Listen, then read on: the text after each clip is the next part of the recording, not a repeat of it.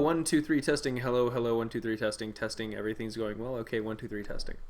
Hello and welcome, ladies and gentlemen. This is the one, the only, the Az, and we are back from Lore Azeroth Wars, and we are here with a game sent to us by a new subscriber, and he has sent me a fuckload of games. I'm not gonna lie, like an entire folder worth of, hey, these are good games worth playing. You should cast them-esque games. So we're gonna start from the beginning, and we're gonna try to do our best. And at the same time, we're also gonna be hoping that the hookah begins hitting harder than it should, but I'm guessing it will, unfortunately not. Anyway, we'll go through this intro. I think the hookah's dead, unfortunately, don't you think? Yeah, it's kind of hitting crappy. Please, ladies and gentlemen, say hello to our guest again. Once again, we have Ivana joining us. Hi. There you go. A little bit louder. I'll aim it. There you go. Hi. There we go. So, let's go ahead and take off health bars for now. Options, gameplay. Always show health bars. We don't need that. We don't need that when we're playing Azeroth Wars. We can press the Alt button now that we have a keyboard capable of doing it. So, let me introduce you. Ladies and gentlemen, this is Azeroth Wars, a RTS map that is based off the idea of controlling control points. Each one of these points on the ground will give a player income per round. Now, the ultimate idea is one of these 12 players will try to control the entirety of the map, whether they be the undead or whether they be the druids. We're going to see which one comes out on top. Now, Potato Man in the red trunks, we have playing our undead player, his ally, Ali AC. He's playing the undead demons. He'll be doing his very best to remain AFK through this entire game. Their enemies, starting with Anarchy Legend in the purple trunks, will be controlling Lordaeron, doing his best to save his lands from plague of undeath. We'll see how well he does in the meantime. Annex the Dark is playing orange.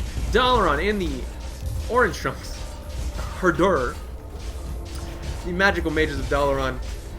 He'll see what he can do to support his allies, and perhaps a little bit of magical might to the 3-team ARLT, rounding out the players against evil. He's playing the elves up in the north here.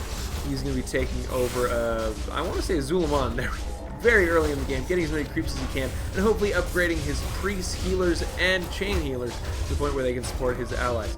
Down south, we have 3 players duking it out. One of the plebes playing dark green. We have Stormwind Kingdom. A nice move south for him. Let's see how many of the other... No, he has not bothered to clear out the rogues on the southern coast yet. Always a wonderful choice as you're moving south. Take those out and then finish off the Duskwood Graveyard players that you need to take out. His ally and partner in crime against their enemy is going to be... Pardon me while I switch. Fiamato in the yellow trunks playing the dwarves. Him and his ally will be, of course, taking part against the battle against weak Lanoy 123 in control of the Fell Horde. The teal player here, again, chaos damage, insane amounts of just flexibility for this character due to the fact that all of his units do equal damage to everything that might come against. No armor type makes a difference against chaos damage. However, Dark Green seems to be under the idea that he can push early, and as long as he interrupts the attack against the blasted lands, maybe a little bit can be done. A surround attempted on Cosmic the Supreme. I don't know if he's going to go down. No, we see Kargath, Bladefist, using his regeneration ability. He might... No, Dark Green just doesn't have enough units and is forced to retreat. Unfortunately, ultimately, just a loss of units overall, although most of them were the summoned units from Darkshire. So, perhaps not entirely a board of attack, but perhaps not the best he could have hoped to pull off. Now, in Kalimdor, we have the 4 players versing each other. Avrion in the pink trunks will be controlling Thrall's Horde. And in the gray trunks, we have Slapaho, who no doubt will be doing just exactly that, controlling the Grom's Horde, Ogres, Warsong Clan, and the other accoutrement heroes involved in that. Elsamira F-_FR will be controlling the Night Elves. His ally, Peggy Boy, has already moved down south pretty quickly into Ashenvale Forest and might begin engaging early on with the Horde forces. Let's get back to where the battle usually rages, which is often the south. However, Yellow has moved himself into a perilous position here. He's going to try to take out the creeps in between Blackrock Fortress and his base. However, Teal, if I'm remembering correctly, decides to engaged. Our champion has fallen. I don't think I remember correctly. Unfortunately, Brown has already lost his champion to an early engagement against Gray. And Red begins preparing for an attack early on. The Abomination's already on the front line. Our warriors have engaged the enemy. Our sacred grove is being desecrated. I think the name... No, actually, to be fair, you're completely right. Slapaho's a bit ridiculous, but when you play an and/or/Aura player who only plays on large-scale RTS custom maps in the Warcraft 3 engine, you often don't have to worry about what other people think of your nickname, because very few other people will ever see your nickname. It's not the most popular game in the world, but... What's the reference from? 1-800-SLAPAHO? What's 1-800-SLAPAHO? You never heard of that? No. Our warriors have engaged the enemy.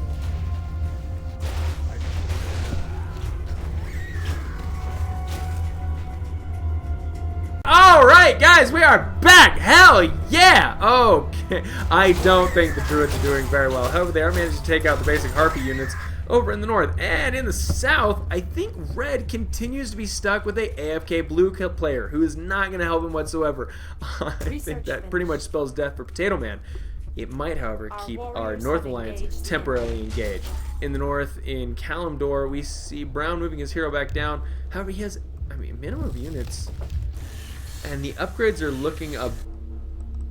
Actually, I can't lie, a bit in the favor of our Bio player. Is Slapaho dying? Slapaho, hold on, let me check on Slapaho. Slapaho actually is doing surprisingly well, even though he isn't investing the hero points he could use right now in Rexar, and he's basically playing, I would have to guess, at the minimum of his abilities.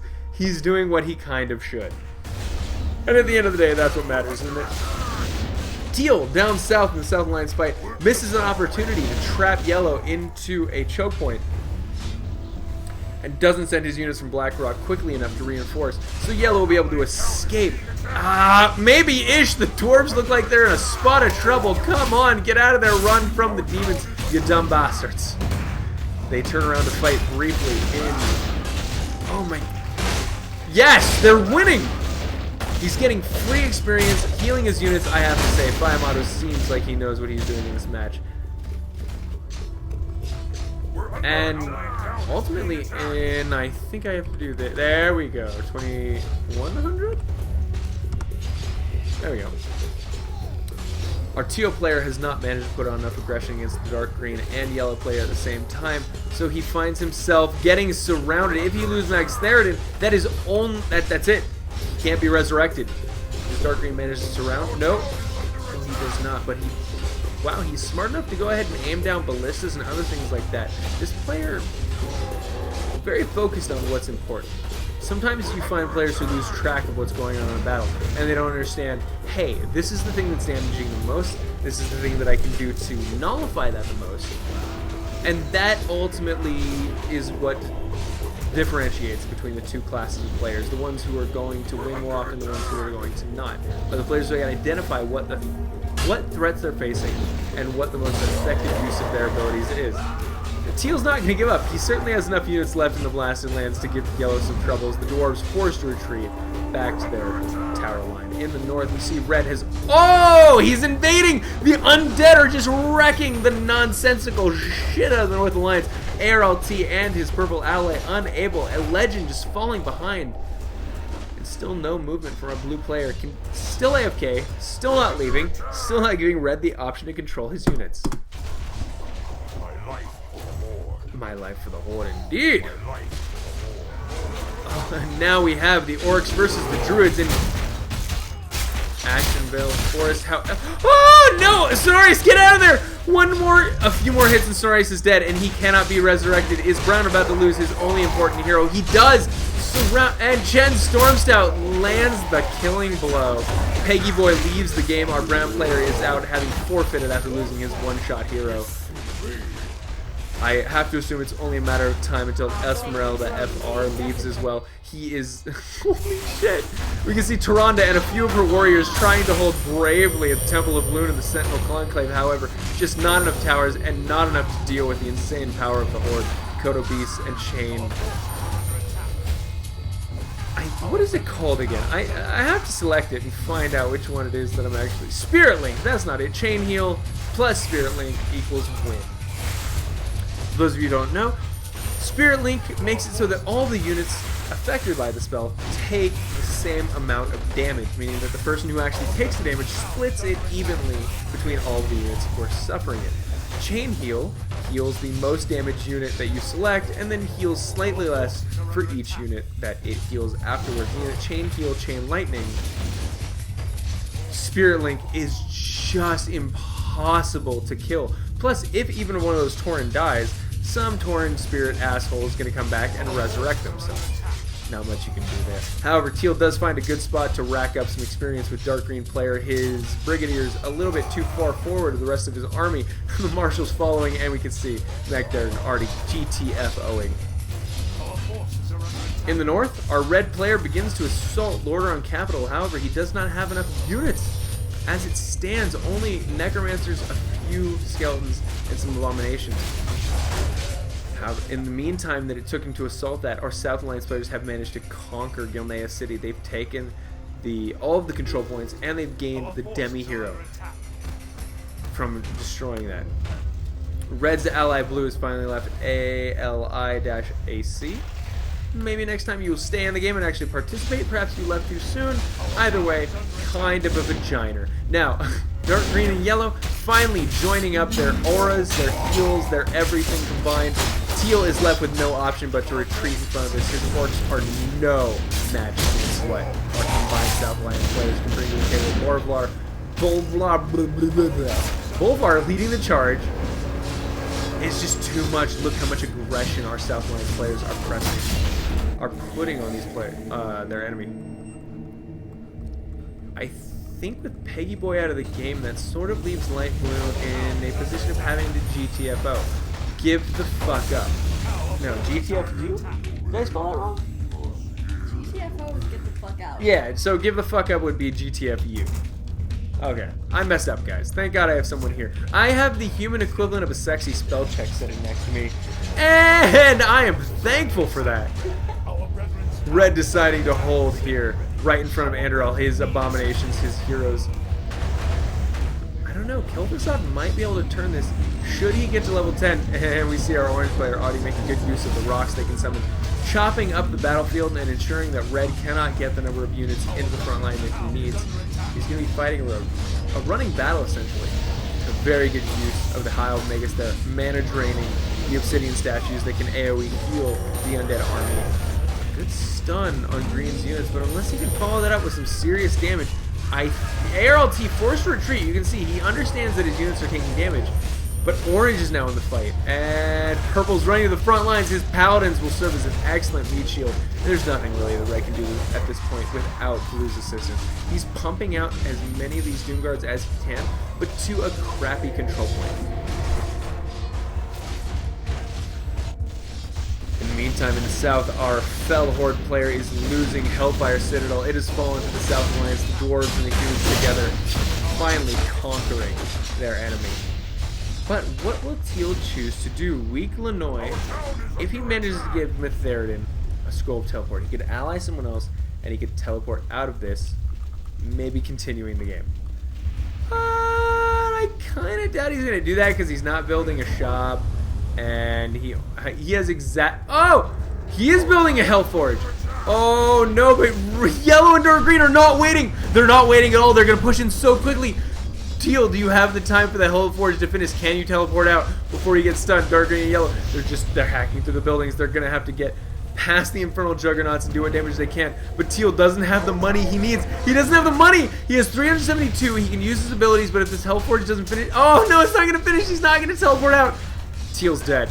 He didn't plan the backup quickly enough, and in return, he has found himself quite the fucking dead here. Let's watch MacDarren in his last moments, surrounded by these units, trying to run away, hoping he can get out, and he's dead. Oh, he falls. They run over his corpse, and no good. It didn't go ultimately too well for him. And I'm guessing that Red's holding. Red's doing his goddamn best. And you can see he's just facing off against this huge force of North Alliance. The mages, the elves, the insane tanks from purple. But he's not going to give up. He's going to hold until the very end, until he says GG at least. And at that point, he'll leave the game and we will continue on to part 2. I think that's what we should probably do. Potato Man's Wheat Wagon attack did not do what he wanted. His Mass Necromancer strategy didn't work because he did not have a blue backing him up. And I really think it would have been a different game had blue actually been present. However, in the South Alliance has won, pushing the Fell Horde completely back to the Black Temple. They'll destroy that in just a minute. And in Kalimdor, the Horde has managed to defeat the Night Elves. So we, in part 2 and part 3, we'll be watching the North Alliance versus the Horde versus South Alliance.